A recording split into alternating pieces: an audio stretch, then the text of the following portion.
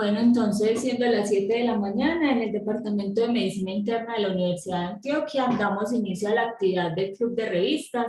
El tema que traemos el día de hoy en conjunto con el doctor Fabián Jaimes es la comparación entre angioTAC coronarias o angiografía coronaria invasiva en el paciente con angina estable. Entonces, la agenda a seguir durante el día será una breve introducción, recomendaciones de la guía, mencionar hallazgos de algunos estudios previos realizados relevantes para entender este tema, presentación y análisis del artículo según la guía JAMA y unas conclusiones finales. Entonces, es importante hablar de este tema porque la enfermedad coronaria es la causa más frecuente de muerte a nivel mundial y su frecuencia, como es sabido, va en aumento.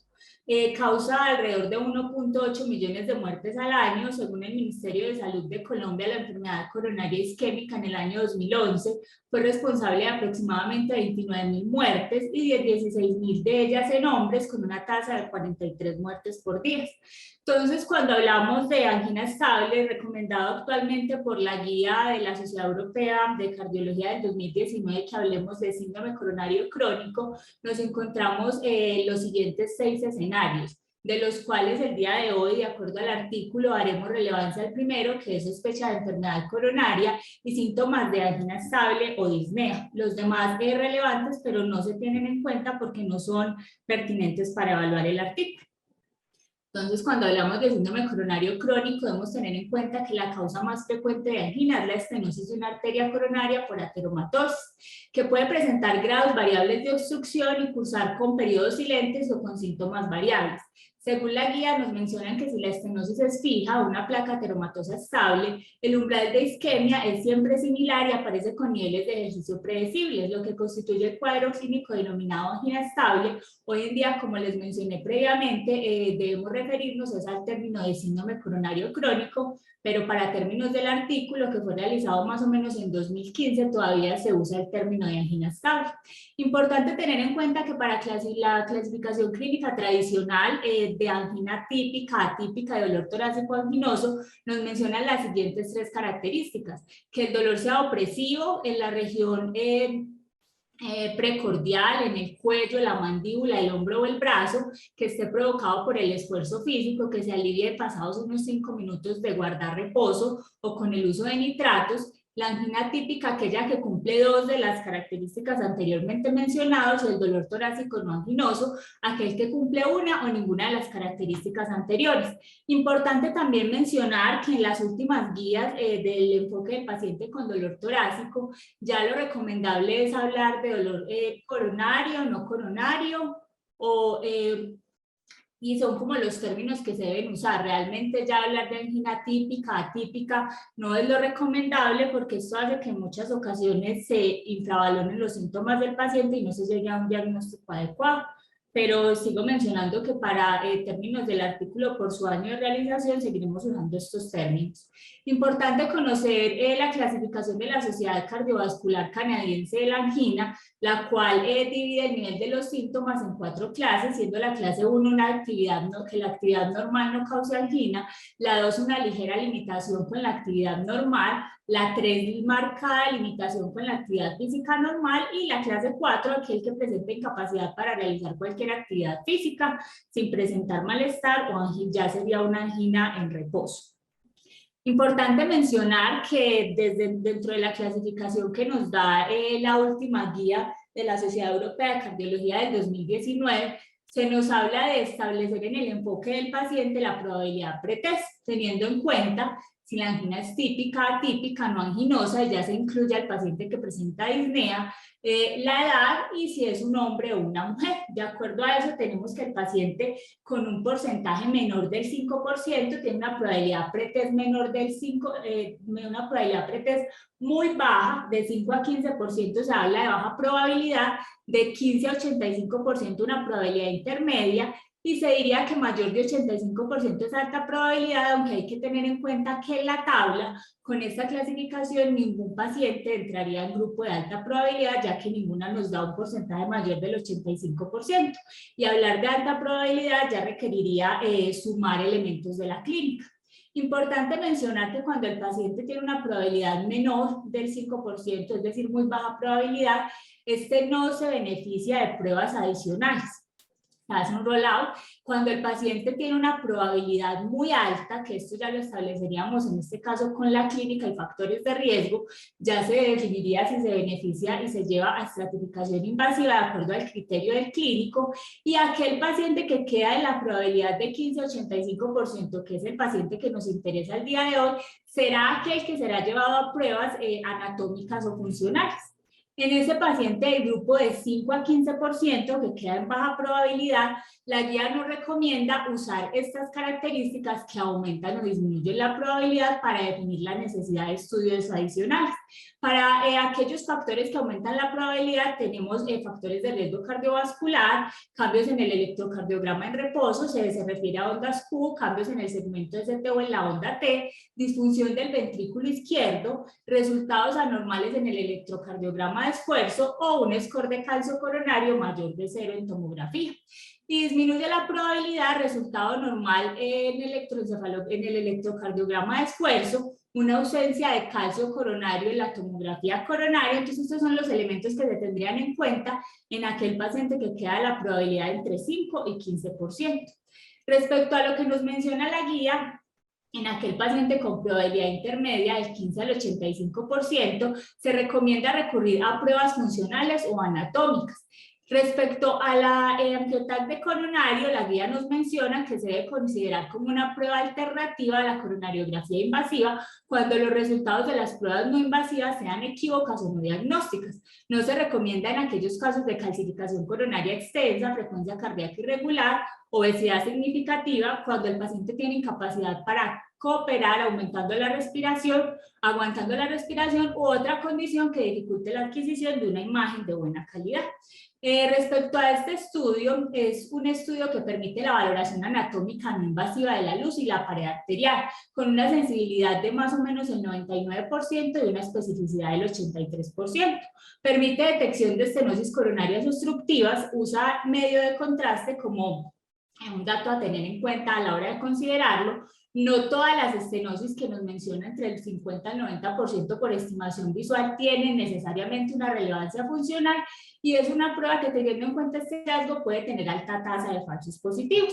Requiere pacientes con buena capacidad, como les mencionaba, de contener la respiración, una distribución de calcio coronario favorable, que estén en ritmo sinusal con una frecuencia cardíaca menor de 60 latidos por minuto. Esta prueba no es confiable en los pacientes que han tenido una revascularización previa y es de elección en pacientes con una probabilidad intermedia baja, que según la guía sería menor, más o menos entre 30 a 40%. Y el rendimiento ideal en personas sin diagnóstico, tiene un rendimiento ideal en aquellas personas sin diagnóstico previo de enfermedad coronaria y con características de alta probabilidad de obtener imágenes de buena calidad. Respecto a los estudios previos, encontramos el primero, que es el RESCUE. Este estudio quiso evaluar si la prueba inicial con angiografía coronaria por tomografía no era inferior a la tomografía computarizada por emisión de fotón único, para definir si el paciente se llevaba terapia médica óptima sola o con revascularización. Este fue un ensayo clínico aleatorizado, controlado y multicéntrico. El desenlace primario que ellos querían evaluar era eventos cardiovasculares adversos importantes, desenlaces MACE, y la necesidad o no de revascularización. Inicialmente, el diseño del estudio planteó que la muestra debía ser de 4.300 pacientes, pero durante su realización solo se logró llegar a una muestra de 1.050 pacientes. En el grupo de los pacientes con angiotac de coronarios, 518 pacientes, y en el brazo de STEP, 532 pacientes. El tiempo medio de seguimiento fue aproximadamente 16.2 meses. Este estudio mostró que entre los pacientes con una angiotac de coronarios negativa, 4 de 345, o sea, el 1.2% de los pacientes presentaron un desenlace MACE o requirieron de forma posterior revascularización, y 14 de los 436 pacientes que se llevaron a SPEP y fue negativa, es decir, un 3.2% presentaron un MACE o necesitaron revascularización. Además, un total es de 25 de los 122 pacientes, o sea, un 20.5% de aquellos con una angiotat de coronarias positivas tuvo un evento MACE o la necesidad de revascularización. Y de los pacientes llevados a SPED, porque fue positivo, 8 de los 23, es decir, un 34.8% de los pacientes presentaron un desenlace MACE o requirieron revascularización. Ellos, en busca de la no inferioridad, obtuvieron un RR de 1.03, que vemos que está en un intervalo de confianza que atraviesa la unidad y no se considera estadísticamente significativo. Pero para este estudio que buscaba mostrar no inferioridad, vemos que en esta tabla, donde se evalúa el área bajo la curva, ellos nos muestran dos figuras. La primera figura es el área bajo la curva. Vemos que comparando la angiotat de coronarias, ellos lo asociaron al score de Duke modificado comparado con el SPED, y vemos cómo realmente el área bajo la curva de la angiotat de coronarias asociada al score de Duke modificado fue mayor, con un 0.87 comparado con el SPED, que tiene un área bajo la curva de 0.73. Lo mismo observamos cuando se compara el porcentaje de efectos reversibles observados en el SPED, que corresponde a la línea negra, comparada con la roja, en la cual vemos los segmentos que se evaluaron en la angiotat de coronarias. En este caso, ellos lo que evaluaron fue el compromiso proximal o de la descendente anterior como predictor para un desenlace MACE o el requerimiento de revascularización. Vemos que en las dos comparaciones hay una mayor área bajo la curva para el estudio de angiotat de coronarias. Lo que concluye el estudio al comparar estos dos estudios es que si se compara la angiografía coronaria por tomografía con el SPED como una imagen inicial para definir si los pacientes con angina estable se benefician solo de terapia médica óptima o revascularización y terapia médica óptima, en este caso no se encontraron diferencias en los desenlaces MACE del paciente y se puede confirmar que realmente no hay inferioridad. Y los resultados sugieren que la angiografía de coronaria por tomografía podría ser un mejor predictor de MACE y revascularización. Importante tener en cuenta en este estudio que, como les mencioné, que la muestra fue mucho menor a la que los investigadores calcularon de forma inicial, y además se describe que la tasa de adherencia a terapia médica óptima en los dos brazos de tratamiento estuvo menor del 39%. Entonces son dos datos a tener en cuenta a la hora de interpretar los resultados del estudio. Un segundo estudio que traemos el día de hoy es el PROMES. Este estudio prospectivo multicéntrico lo que quiso fue evaluar los resultados de los test funcionales versus los test anatómicos para la enfermedad arterial coronaria. En total fueron 1.003 pacientes con angina estable y probabilidad pretest intermedia de enfermedad arterial coronaria obstructiva. Se asignaron al azar a pruebas funcionales o angiografía, angiotat de coronarias. Se hizo un seguimiento promedio a 25 meses, el desenlace compuesto a evaluar fue muerte, insuficiencia miocárdica, infarto, hospitalización por angina inestable o complicación asociada al procedimiento. Vemos en la tabla de resultados que respecto al desenlace primario, en el grupo de angiotat de coronarios, este se presentó en 164 pacientes y en los test funcionales en 151, con un HR de 1.04, con un intervalo de confianza que atraviesa la unidad y no es estadísticamente significativo. Respecto a la comparación de la evidencia que mostró obstrucción, en el desenlace primario versus el resultado de obstrucción, vemos que se dio en 332 pacientes de la angiotat de coronario y en los test funcionales en 353, con un HR de 0.91, con un intervalo de confianza que también cruza la unidad y no se considera estadísticamente significativo. Lo mismo sucede en pacientes con muerte, el desenlace de muerte o infarto miocárdico no fatal, también un HR de 0.88 con un intervalo de confianza que cruza la unidad y tampoco es estadísticamente significativo. Lo mismo sucede con el desenlace de muerte, infarto de miocardio no fatal, hospitalización por angina inestable, con un HR de 1.04 que también está dentro de un intervalo de confianza que cruza la unidad y no se considera estadísticamente significativo. Respecto a los test invasivos que mostraron enfermedad coronaria no obstructiva, vemos que en la estrategia de angiotac coronario, más o menos 3.4% de los pacientes mostraron este desenlace y 4.3% de los pacientes de los test funcionales mostraron este desenlace. Vemos que en la figura que nos muestran, en este caso una figura de Kaplan-Meier, vemos que durante ese lapso de seguimiento promedio de 25 meses, si se compara el test anatómico con el test funcional, como ya habíamos visto previamente, el HR 1.04 con un intervalo de confianza que atraviesa la unidad y no se considera estadísticamente significativo. En este estudio concluimos que en pacientes con angina estable y una probabilidad pretest intermedia de enfermedad arterial coronaria obstructiva que requieren pruebas no invasivas, una estrategia de angiotac de coronarias inicial en comparación con las pruebas funcionales realmente no mejoró los resultados clínicos durante la mediana de seguimiento de 2 años. Y un tercer estudio, en este caso el Scott Hart, que busca evaluar cómo es el comportamiento de esos pacientes sometidos a angiotac de coronarias en un seguimiento promedio a 5 años. Este es un ensayo abierto multicéntrico con asignación aleatoria de grupos paralelos. Se realizó en 12 centros de Escocia, en total 4.146 pacientes con dolor torácico estable que habían sido derivados a una clínica de cardiología. Aquí lo que se compararon fueron 2 brazos, uno de evaluación estándar más angiotac de coronario y otro de atención estándar solamente. El seguimiento promedio calculado en el estudio fueron 4.8 años. Este se realizó desde noviembre del 2010 hasta septiembre del 2014 y el desenlace primario fue muerte por enfermedad cardiovascular o infarto no fatal. Vemos aquí en la tabla de desenlaces como cuando se evalúa ese desenlace primario en aquellos pacientes sometidos al cuidado estándar versus los pacientes sometidos al cuidado estándar más angiotac de coronarios.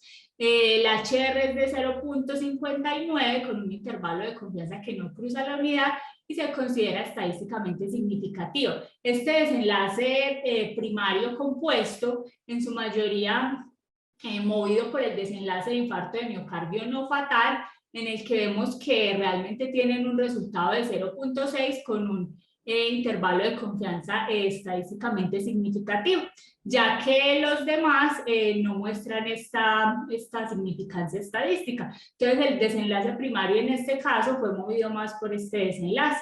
Respecto a otros resultados, como los pacientes que requirieron ser llevados a angiografía coronaria, revascularización o intervención coronaria percutánea, incluso bypass coronario, vemos que realmente todos los HR están dentro de un intervalo de confianza que cruza la unidad y no es en este caso estadísticamente significativo.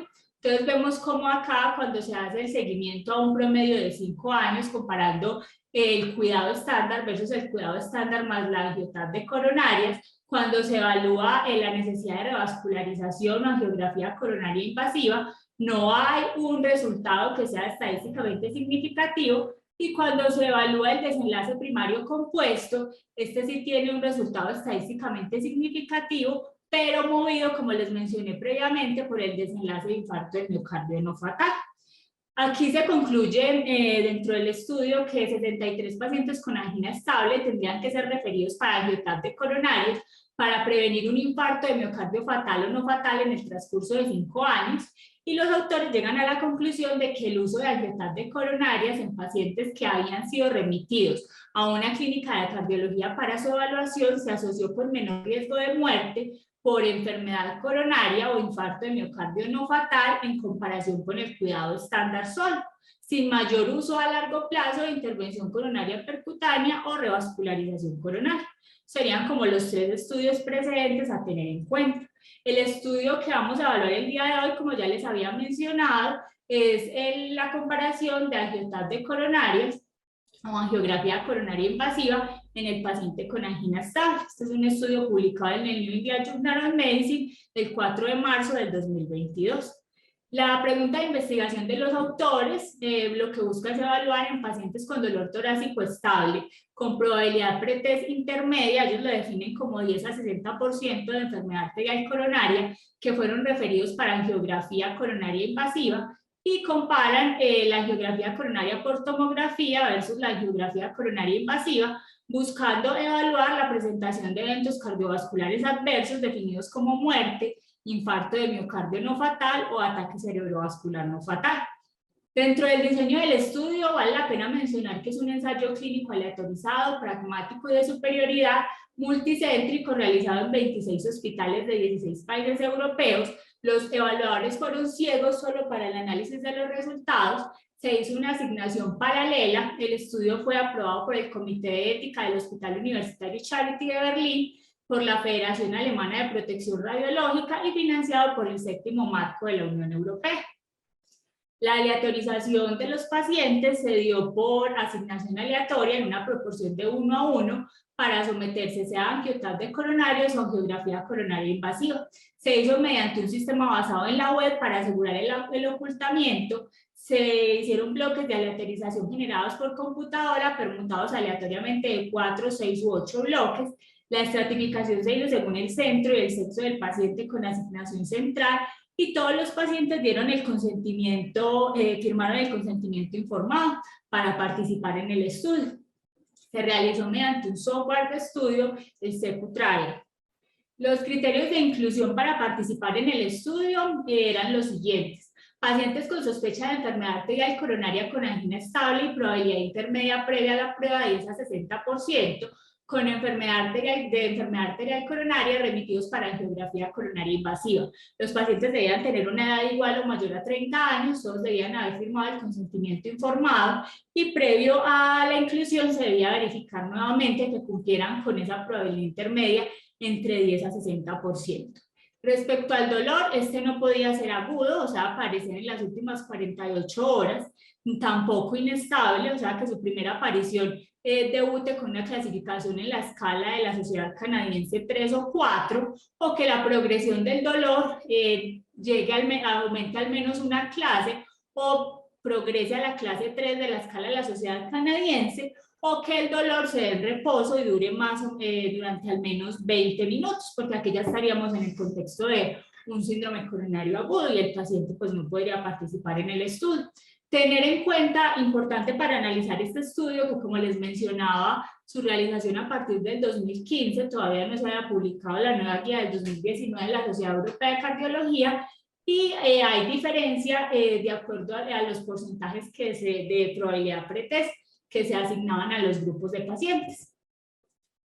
Respecto a los criterios de exclusión, se excluían a los pacientes que están o estuvieron en hemodiálisis, los que no estaban en ritmo sinusal, las mujeres en estado de gestación, aquellos con cualquier condición médica que llevara la preocupación de que la participación no brindaría un beneficio para la salud, y aquellos que estuvieran participando en nuestro estudio aleatorizado de intervención.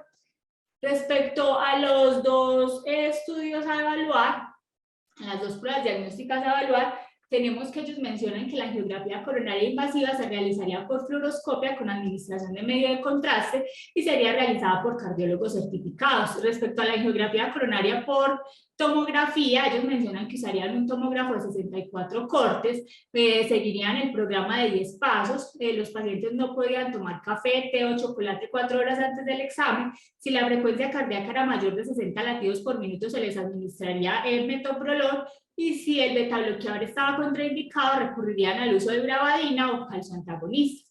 Como mencionamos, pues para realizar este estudio, la frecuencia cardíaca objetivo, lo ideal es que sea menor o igual a 60 latidos por minuto. Previo a la realización de la prueba se realizó una gamografía de calcio coronario, también se usó nitroglicerina para mejorar la visualización, y la lectura se realizó de acuerdo al modelo de segmentación coronaria de 18 segmentos de la Sociedad de Tomografía Computarizada Cardiovascular. La interpretación se realizaría por radiólogos certificados que estuvieran catalogados en un nivel 2 de la Sociedad de Tomografía Computarizada de lectura de tomografía computarizada cardiovascular.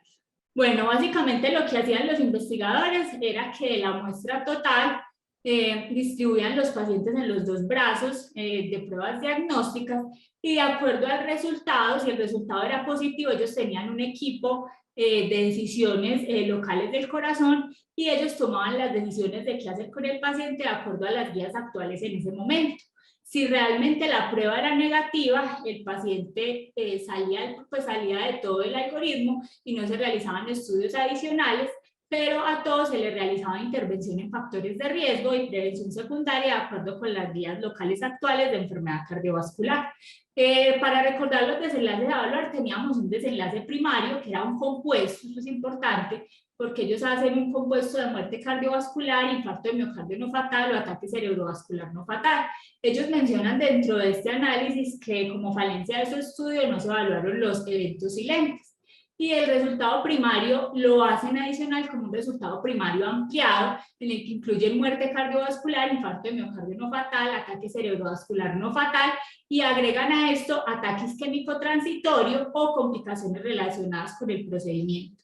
Y dentro de los desenlaces secundarios tenían complicaciones que ocurrían dentro de las 48 horas después del estudio o pruebas relacionadas con el procedimiento de revascularización, infarto de miocardio no fatal, ataque cerebrovascular no fatal, una taquicardia ventricular o fibrilación y complicaciones que prolongaran la hospitalización más de 24 horas.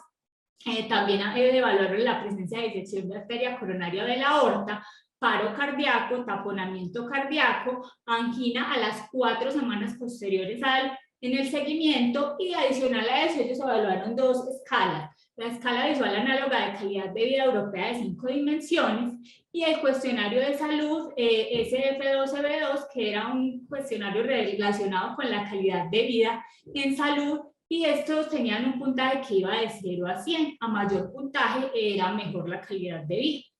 Bueno, para el seguimiento, como ya les había mencionado, la duración prevista del estudio fue de octubre del 2015 a septiembre del 2019. El reclutamiento de los pacientes se realizó desde octubre del 2015 hasta septiembre del 2017. Y el número de seguimientos, ellos mencionan que era mínimo para evitar la interferencia en el cuidado habitual del paciente. Como tal, no realizaron visitas formales de seguimiento y los cuestionarios que ellos evaluaron los enviaron a los pacientes por medio de correo durante el primer año de seguimiento. Los datos para evaluar los desenlaces se tomaron de los registros de médicos generales, los certificados de defunción y la información dada por los miembros de la familia durante el transcurso del estudio. Hablando de los parámetros estadísticos, tenemos que los investigadores determinaron que la inscripción de 3.546 pacientes proporcionaría una potencia del estudio del 80%. Y ellos lo que buscaban era detectar una reducción relativa en el riesgo anual del resultado primario del 1.4% en el grupo de angiografía coronaria y de 0.8% en el grupo de angioTAC de coronaria, suponiendo que iban a tener una tasa anual de pérdida en el seguimiento del 5%. Ellos utilizaron una secuencia de diseño en el que se realizó algo que se llama un análisis intermedio. Y este consistía en que después de la ocurrencia de 50 eventos adversos mayores cardiovasculares se realizaba como un análisis inicial. Para el valor de la P, ellos establecieron un valor bilateral de 0.05 con un valor de 0.052 para el análisis interino y de 0.048 para el análisis final. Ellos usaron aquí el método Bryan-Fleming y los intervalos de confianza establecidos estuvieron en 95%. El periodo de inscripción mencionan que se amplió de 2 años a 3.5 años para que lograran llegar al número de pacientes previstos desde el planteamiento inicial del estudio, y el periodo de seguimiento también se amplió de 3 años a 3.5 años para poder mantener el poder estadístico. Los análisis de todos los datos se realizaron con una intención de tratar modificada, en la que ellos dicen que incluyeron a todos los pacientes que cumplían con los criterios de elegibilidad y que habían sido aleatorizados y no se habían retirado o habían excluido antes de someterse a la angioTAC o a la angiografía coronaria invasiva. Ellos usaron para reportar las variables continuas, las reportaron como medias y desviaciones estándar para los datos con distribución normal. Para los datos continuos los expresaron en medianas y en rasgos intercuartílicos, y las variables categóricas las reportaron en números y porcentajes. El análisis del resultado primario incluyó una estimación del riesgo acumulado de efectos adversos importantes, eventos cardiovasculares y una comparación de grupos de aleatorización con el uso del método Delfin-Gray. Y las tasas de eventos se calcularon en porcentajes como la relación entre el número de eventos y las personas año en riesgo por el evento. Aquí tenemos dentro de la tabla 1 que nos muestran que Inicialmente fue un total de 3.883 pacientes, de los cuales 216 fueron excluidos, sea porque al recalcular la probabilidad no la cumplían o no cumplían con alguno de los criterios de inclusión, no decidieron participar finalmente en el estudio o no habían los datos suficientes para calcular la probabilidad pretest, quedando con 3.677 pacientes, de los cuales se distribuyeron en dos brazos, 1.833 asignados a la angiopatía coronarias y 1.834 a la angiografía invasiva. En esta tabla, la continuación, son muy detallados y nos muestran cómo los pacientes que completaron el seguimiento para analizar las complicaciones realizadas relacionadas con los procedimientos fue más o menos el 99% en el grupo de angioTAC y 98% en el grupo de angiografía coronaria invasiva. Respecto a los seguimientos del desenlace primario a un año, también nos muestran que el 98% de los pacientes se analizó y en el grupo de angiografía coronaria también un 98%. Los que completaron el seguimiento, el análisis para el seguimiento a 3.5 años en el grupo angiotal de coronarias fue el 97% y en el grupo de angiografía coronaria invasiva un 96%. Realmente nos mencionan que hicieron todo el análisis por intención de tratar, recordemos que intención de tratar modificada, y que finalmente más o menos el 98% de los pacientes en cada brazo se incluyó en el análisis final. Bueno, respecto a las características de la población, vemos que la mediana de edad de los dos grupos está alrededor de 60 años. Hay más o menos un 56% de mujeres en cada brazo. La mayoría de los pacientes, un 79%, estaban ambulatorios al momento de la toma de los datos. La mayoría de los pacientes presentó una angina atípica, aquí escribe más o menos un 46-45% en cada brazo. Tenían una probabilidad pretest de 36-37% en cada uno de los brazos, lo que nos habla de una probabilidad pretest intermedia baja, y ellos dividieron la presentación del dolor en 6 grupos. La mayoría de los pacientes describen ellos tenían una constelación de síntomas que sugerían un evento de alto riesgo y que tenía una inadecuada respuesta al manejo médico instaurado, más o menos casi un 48% en los dos brazos. Vemos poblaciones que de entrada son homogéneas. Respecto a los factores de riesgo cardiovascular, sucede lo mismo con la hipertensión, diabetes, la dislipidemia, están muy equilibrados los dos grupos. Y respecto a la realización de test funcionales previa a la asignación de la intervención, también vemos que más o menos un tercio de la población de cada brazo había sido sometido a estas pruebas antes de aleatorizarse en el estudio. Y respecto a las escalas de calidad de vida, vemos que los porcentajes también están muy equilibrados en ambos grupos, más o menos 67 para la escala de las 5 dimensiones y 44 para el score SF2-EB2. Otras características que nos menciona este estudio son respecto a los resultados de los pacientes que fueron sometidos a las pruebas. Vemos que para llegar a realizar la angiotomografía de coronarias, más o menos el tiempo promedio de espera de los pacientes fue de 3 días, y para la angiografía coronaria invasiva de 12 días. Ellos dicen que muy similar a lo que sucede en el medio y que esos son los tiempos de espera más o menos promedio para llegar a estos exámenes. Como intervención inicial, vemos que en el grupo de angioTAC de coronarias, de entrada más o menos unos 31 pacientes se sometieron a angiografía coronaria invasiva, y en el grupo de angiografía coronaria invasiva de entrada más o menos 20 pacientes se sometieron a la tomografía de coronaria.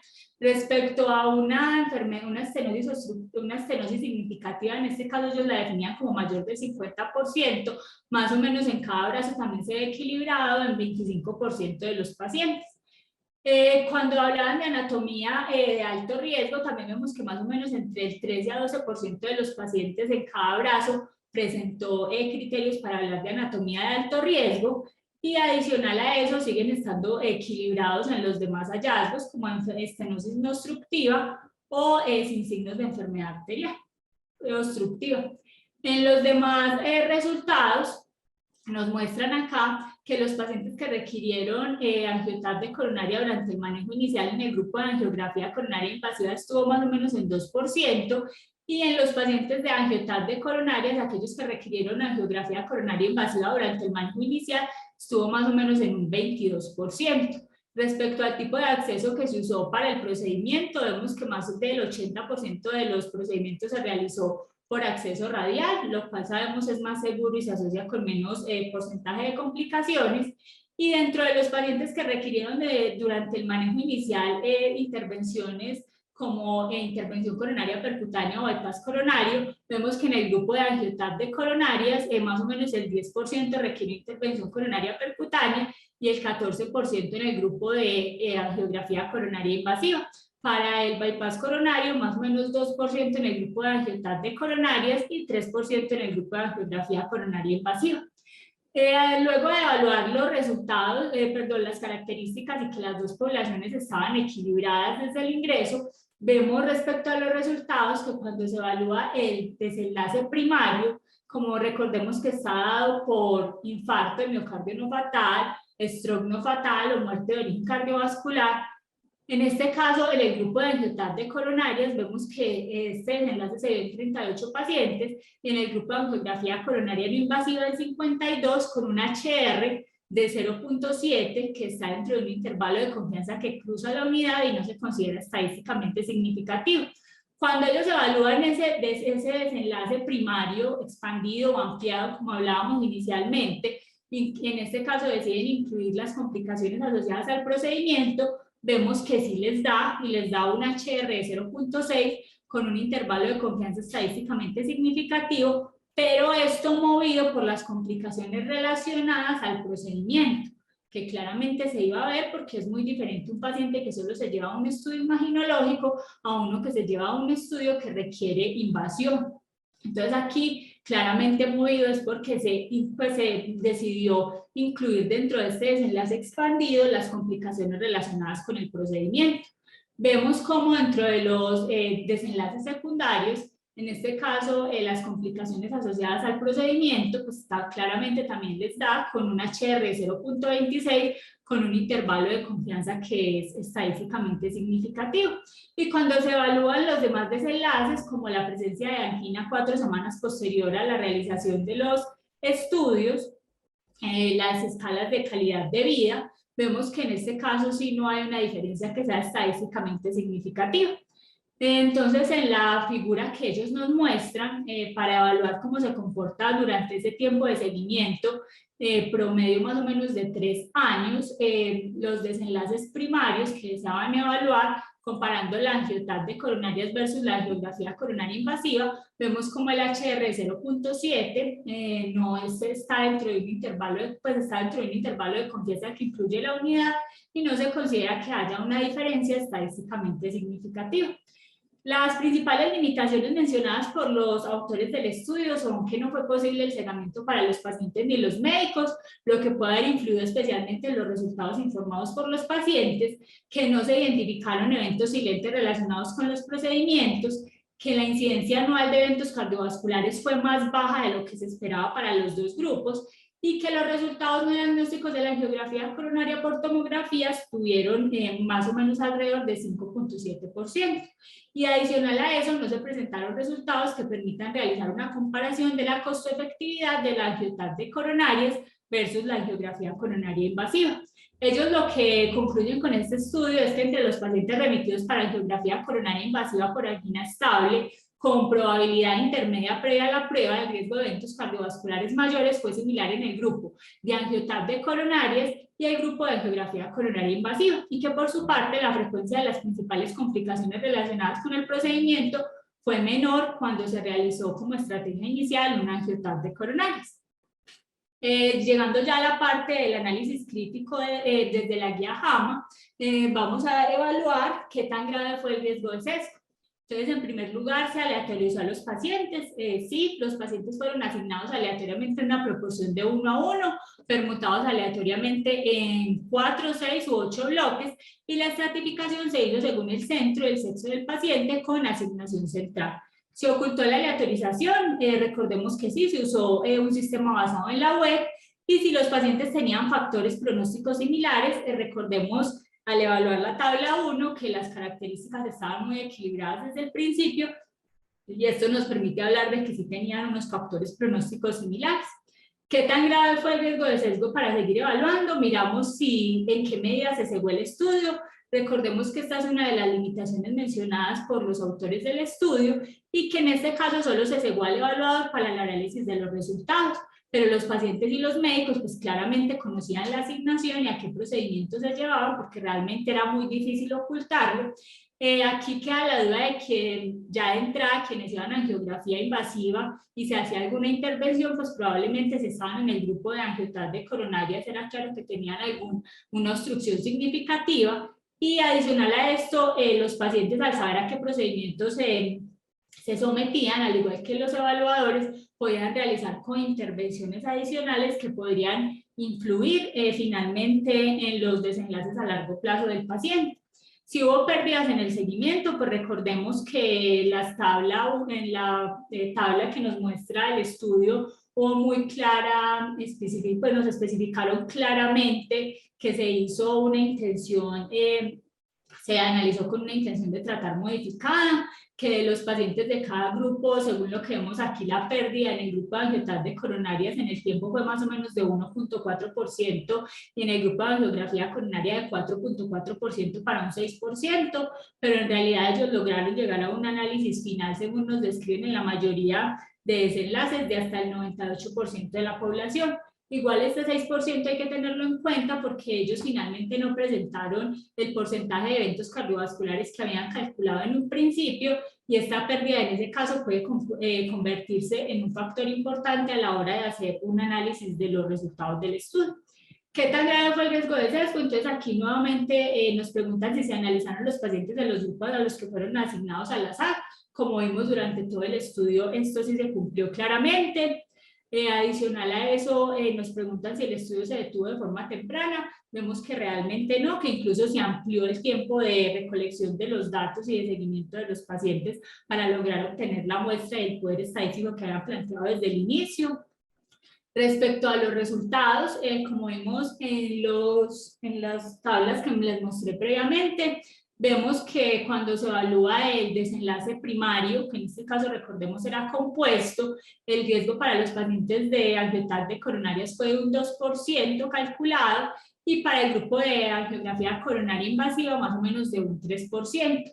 Cuando se evalúa la reducción absoluta del riesgo, vemos que es de un 1%. En este caso nos daban HR, al calcular el RR tenemos un RR de 0.7 con una reducción relativa del riesgo del 30%. Recordemos que aunque este 30% se tendría que tener en cuenta, quedó dentro de un intervalo de confianza que no es estadísticamente significativo y que incluye la unidad, entonces realmente no nos muestra que haya una diferencia estadísticamente significativa. Cuando evaluamos el desenlace secundario, en este caso dado más que todo por las complicaciones asociadas al procedimiento, vemos que el riesgo para los pacientes de angiotarde coronarias fue de 0.5%, para aquellos sometidos a angiografía coronaria invasiva más o menos de un 2%, con una reducción absoluta del riesgo de 1.5%, para un RR de 0.25 con una reducción relativa del riesgo del 75%, que en este caso sí fue estadísticamente significativo, un intervalo de confianza que no incluyó la unidad, y en este caso pues era lo esperado, porque claramente comparar un estudio que no es invasivo con aquel que sí requiere invasión, pues claramente va a tener asociado a ello muchas más complicaciones. Dentro de qué tan precisa fue la estimación del efecto, pues ellos nos dan un intervalo de confianza del 95%, lo que nos habla de que se repite el estudio 100 veces, en 95 de las veces se obtendrá una verdadera diferencia incluida en los límites estimados del estudio. Y adicional a eso, para concluir y mirar la validez externa del estudio, evaluar cómo se pueden aplicar los resultados a la atención de mi paciente. La primera pregunta que nos hacen es si los pacientes del estudio eran similares a mis pacientes. Pues acá realmente como tal es difícil hablar de si eran similares o no, pues eran pacientes mayores de 60 años con riesgo cardiovascular importante, la mayoría de sexo femenino, pero aquí habría que tener en cuenta los tiempos de presentación al servicio de urgencias que tienden a ser diferentes, el acceso a los servicios, qué tan fácil es realizarle a nuestra población una angiotap de coronarias de forma temprana, en menos de 2 días. Entonces, realmente aquí sí quedan dudas de qué tan similares eran los pacientes del estudio a nuestros pacientes. Si se consideraron todos los desenlaces importantes para el paciente, pues importante hablar que en este estudio se hizo mucho énfasis en desenlaces compuestos e incluso para lograr una significancia estadística se tuvo que hacer un desenlace ampliado. Entonces, estos son aquellos desenlaces compuestos que no nos permiten analizar muy bien y a veces son tantas las variables que no sabemos realmente cuál fue la que generó impacto, pero si nos preguntan si realmente evaluaron muerte cardiovascular, infarto, stroke, algo importante que es la angina posterior al procedimiento y también los 2 cuestionarios de calidad de vida que aunque no están validados en nuestra población, pues podrían validarse de forma posterior. Y la última pregunta es si los probables beneficios del tratamiento compensan los posibles daños o costos. Pues por ahora no hay elementos para pensar que esta prueba, en este caso la angiotap de coronario, sea superior o pueda reemplazar a la angiografía coronaria invasiva. Y realmente, como ellos mencionan como limitación de su estudio, no se evaluó la costo-efectividad. Realmente, respecto a este estudio, pues sería evaluar si la prueba se puede realizar de forma temprana, tener en cuenta la experticia, el centro y las características particulares de cada paciente. Entonces, como conclusiones, podemos llegar a que la angiografía coronaria por tomografía podría llegar a ser una buena imagen inicial para el enfoque del paciente con síndrome coronario crónico, con probabilidad pretest intermedia. Yo diría que, igual a como mencionan las guías intermedia baja, vimos que la mayoría de los pacientes del estudio estaban más o menos en un 36%, y aún faltan muchos estudios por realizar y por ahora no hay elementos para pensar que esta prueba sea superior o pueda reemplazar a la angiografía coronaria invasiva. Recordar que la selección de la prueba se debe individualizar y depende de las características del paciente, la disponibilidad y la experiencia del centro. Esto sería como lo que traíamos para el día de hoy. Nos gustaría saber si hay algunas preguntas y contar con el aporte del grupo de cardiología. Muy bien, Natalia. Muy buen trabajo. Sí, bueno, antes de que de escuchar la opinión del doctor Gándara y de que responda a las preguntas que hay acá en el chat, me parece importante resaltar 2 conceptos de los resultados que mostraste que es necesario tener en cuenta para la interpretación. Una cosa importante cuando se hacen diseños como estos en los cuales se están comparando no exactamente intervenciones, sino pruebas diagnósticas que conducen a una conducta médica, es muy importante tener claro exactamente qué actitud o cuál es la práctica médica que se recomienda o que se estandariza con respecto al seguimiento del paciente. Es decir, comparar solamente 2 pruebas diagnósticas de alguna manera nos queda incompleto si nosotros no tenemos claro exactamente qué es lo que debían hacer los médicos con el resultado de esa prueba. Porque aquí hay una cosa muy importante, Natalia, y es cuando vemos los resultados de la angiotomografía versus los resultados de la coronaria, me pareció ver en los resultados que había un porcentaje muchísimo mayor de lo que pudiéramos denominar, entre comillas, resultados normales, o también pudieran denominarse falsos negativos si tuviésemos un estándar para saber realmente quién tiene enfermedad coronaria y quién no. Si quieres, más adelante, donde están los resultados de las imágenes, ahí. Mira que en el resultado de la angiotomografía no hay signos de enfermedad coronaria en el 31%, mientras en la angiografía coronaria no hay signos en un 50%. Eso, en términos del manejo, puede generar diferencias muy importantes en la forma como los médicos atienden a ese paciente. Entre un resultado, entre comillas, normal, aquí pudiéramos decir que tenemos o falsos negativos en el caso del alto valor de sin enfermedad coronaria en la arteriografía, o entre comillas, falsos positivos o falsos aliviados en el grupo de la tomografía. Eso debe tener implicaciones importantes en cómo los pacientes, en cómo los médicos atienden a esos pacientes. Entonces, es importante mirar cómo eso puede afectar los resultados de la prueba.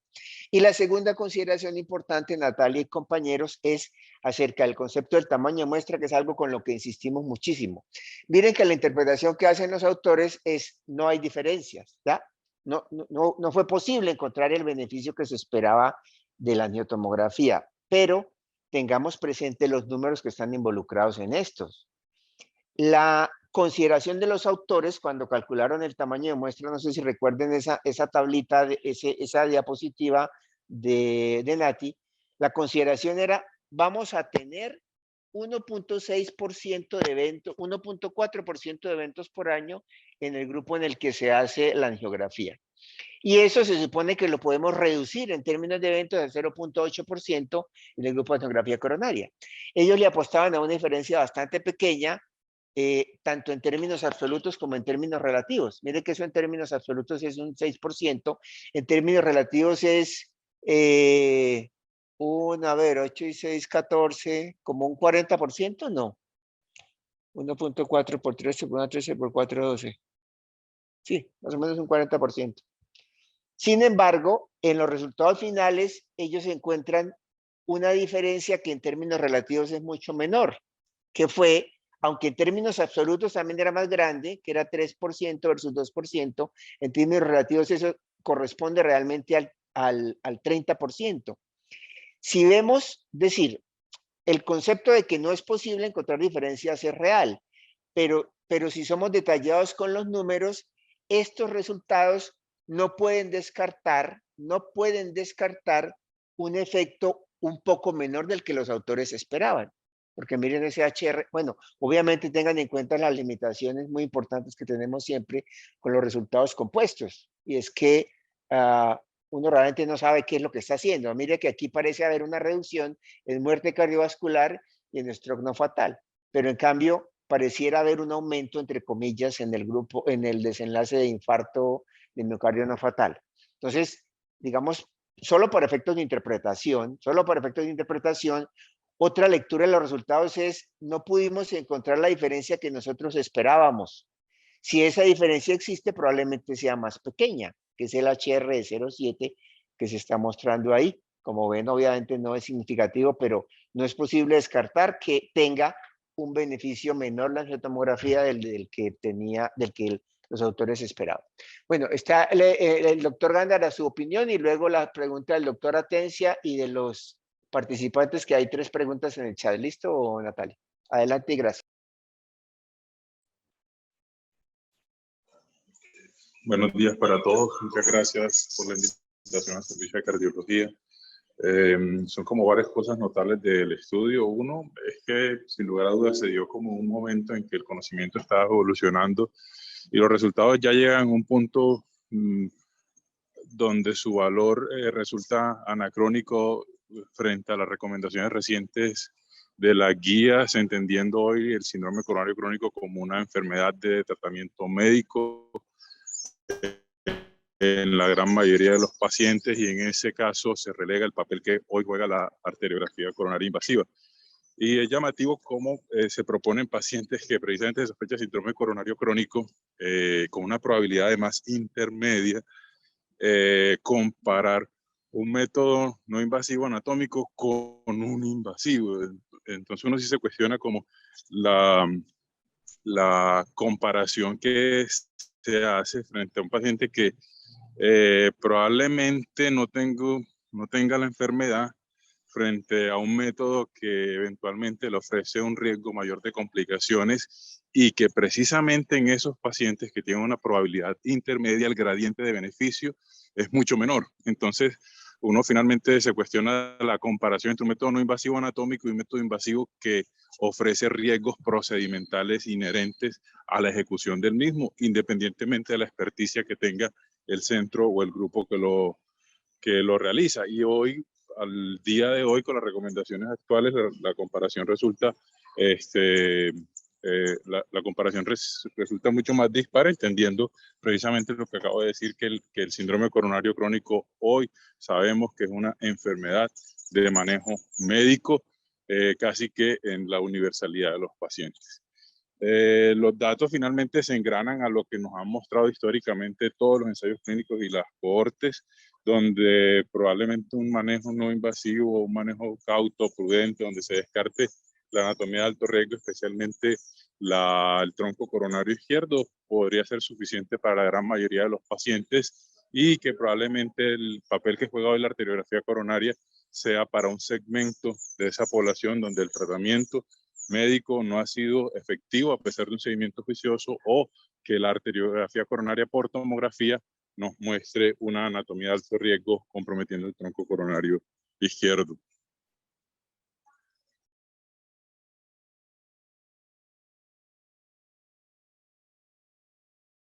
Bueno, doctor, muchas gracias por la intervención. Le damos paso al doctor Atencia, que también levantó la mano. Yo no sé si Carlos tenga el micrófono activado. Ahí me escuchan, buenos días. Ah, sí, perfecto. Buenos días, doctor. Bueno, Natalia, felicitaciones, muy bien, muy concienzudo. Yo me inclino mucho a pensar, a estar muy de acuerdo con la opinión del profe Gándara en el siguiente sentido, y los resultados del ensayo clínico lo respaldan. Como bien acota el profe Fabián, ese es un ensayo clínico donde se comparan dos intervenciones, y hay que tener muy claro qué se hace normalmente en el manejo de estos pacientes con los resultados que nos dan cada una de ellas.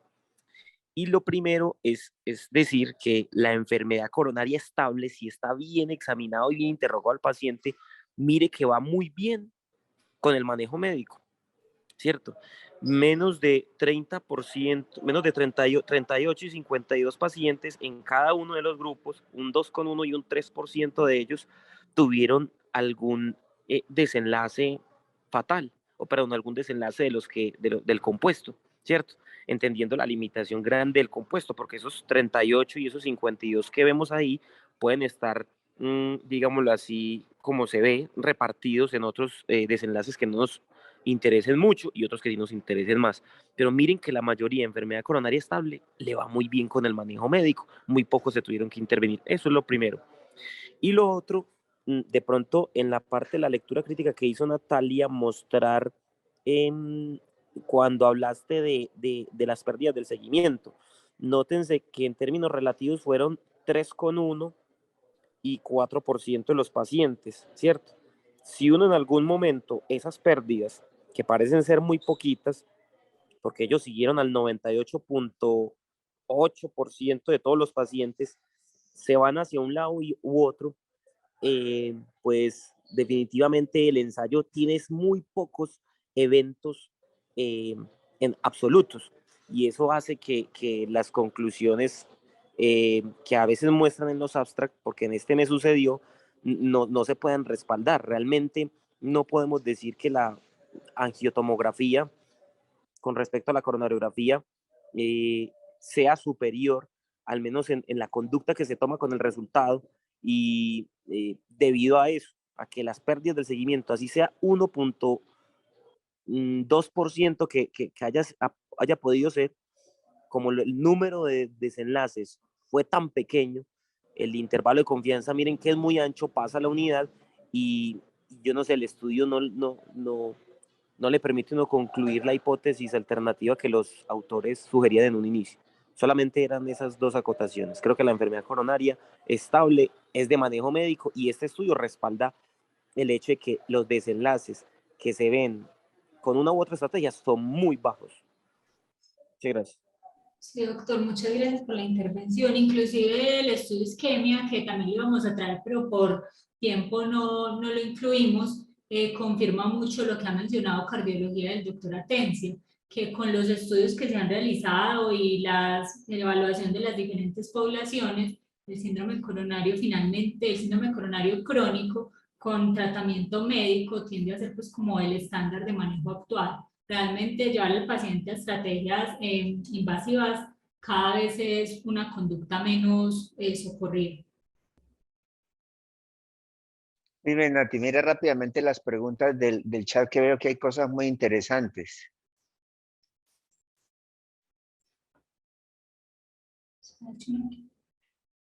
Si estás viendo preguntas y respuestas, hay tres preguntas La muy importantes. primera, de asistente anónimo, se ha hecho una equiparación entre las probabilidades de riesgo actuales, teniendo en cuenta que en las últimas guías se manejan porcentajes más bajos que los anteriores y definieron como complicación mayor por procedimiento.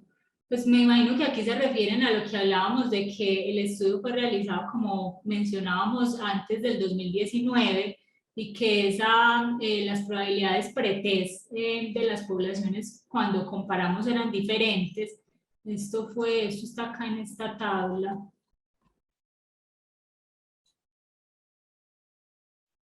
Si lo tuvimos en cuenta para analizar el estudio, imagino que es lo que preguntan. Pues realmente el análisis se hizo con los parámetros que establecieron los investigadores en su momento, que fue esa probabilidad intermedia entre 10 y 60%, pues como vemos la guía actualmente del 2019 nos habla de un 15 a 85%, pero sí es importante analizar eso y ver que en esa población especialmente de 60 años, más que todo en las mujeres, sí hay una diferencia importante en la probabilidad pretest que le daría a las tablas que establecen pues, las diferentes guías al momento del 2015 a la del 2019. Creo que esa es como la pregunta que hacen, que se manejan porcentajes más bajos que las anteriores y que definieron como complicación mayor por procedimiento. Pues respecto a las complicaciones que ellos definieron, acá las vemos. Ellos hablaban de taponamiento cardíaco, de taquicardia ventricular o fibrilación, los que hacían accidentes cerebrovasculares pues en el posoperatorio, paro cardíaco, esos son como los desenlaces que ellos incluían en esas complicaciones. El doctor Julián nos dice, es apreciable la diferencia reportada en complicaciones y la reducción de estancia que existe entre las dos pruebas. Si realmente eso fue pues como lo que mencionamos y que claramente hablar de dos pruebas de diagnóstico anatómico, pero teniendo en cuenta que la una es invasiva, hace que realmente los desenlaces secundarios que ellos evaluaban de complicaciones pues favorezcan la realización del angioTAC de coronarias e inclusive dentro del desenlace ampliado, el incluir las complicaciones asociadas al procedimiento fue lo que hizo que esto tuviera un HR que fuera estadísticamente significativo. Aquí realmente volver a mencionar que como en las últimas guías y lo que nos ha mostrado la evidencia es que el manejo tiende a ser actualmente tratamiento médico, pensar ya en estrategias invasivas en la actualidad es un medio que cada vez se usa menos, pero sí fue clara que se dio diferencias respecto a complicaciones asociadas al procedimiento. El doctor David, si nos acompaña en cardiología o algunos internistas, quisiéramos saber cuál ha sido la experiencia con el angioTAC de coronarias con relación a la curva de los radiólogos y la confianza que tenemos en ellos para la lectura precisa. Eso sería como para el doctor Gándara o algún cardiólogo tradicional que nos acompañe.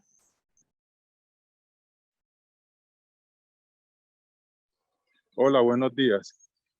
Sí, en el hospital hemos tenido históricamente como dos lecturas. Una es por parte del doctor Juan Pablo, que es el cardiólogo de imagen cardiovascular, y actualmente lo está leyendo la doctora Tatiana. Tenemos una alta confianza, al menos en el centro, y hay varios altos centros adicionales en la ciudad que están haciendo un gran volumen de angiotomografía coronaria. Yo creo que la angioTAC coronaria está posicionada desde las recomendaciones y debemos cada vez fluir más en su aplicación diaria. En la medida que fluye más la aplicación clínica, nuestros radiólogos y las personas que los interpretan van a tener una experticia mucho mayor. Entonces yo creo que hay que ser congruentes con las recomendaciones de las guías y hacer esta transición al papel que actualmente juega la arteriografía coronaria por tomografía en el diagnóstico y tratamiento del síndrome coronario crónico. Por el momento, desde el servicio de cardiología estamos muy tranquilos con la interpretación de la prueba y creo que se debe aplicar, y en la medida que se aplica vamos a tener cada vez exámenes mucho más confiables. Muchas gracias, doctor. Y respecto a la última pregunta que nos hace el doctor Julián, respecto al angioTAC de coronario, pues realmente aquí, como mencionamos en las conclusiones finales, se relaciona mucho con la experiencia del centro, la disponibilidad y las características del paciente. porque esta prueba de diagnóstico anatómico requiere ciertas características que mencioné, como mencioné al principio, que sea un paciente con buena capacidad de contener la respiración, tener una gamografía previa a la realización de la prueba para medición de calcio coronario, que esté en ritmo sinusal. Recordemos que esta prueba no va a ser confiable en pacientes que hayan tenido revascularización previa o que tengan artefactos que impidan una adecuada visualización. Entonces esta va a ser para mi concepto y según pues como lo que dicen las guías, en pacientes seleccionados que tengan una probabilidad intermedia más tendiente a baja, entre menor de 40%, y como mencionamos aquí que el rendimiento ideal sería en esas personas sin diagnóstico previo de enfermedad coronaria y que de entrada hayan unas características que lo lleven a uno a pensar que hay una alta probabilidad de obtener imágenes de buena calidad. Entonces sería muy como de individualizar cada paciente y pensar que sí, que cada vez es menor pues como la necesidad de llevar al paciente a estudios invasivos, que el angiotal coronario se ha posicionado como una ayuda diagnóstica importante a tener en cuenta en los últimos años, pero teniendo en cuenta estas características que mencionamos. Muy bien, excelente Natalia y muchas gracias a todos los compañeros por su participación. Creo que fue una actividad muy, muy productiva.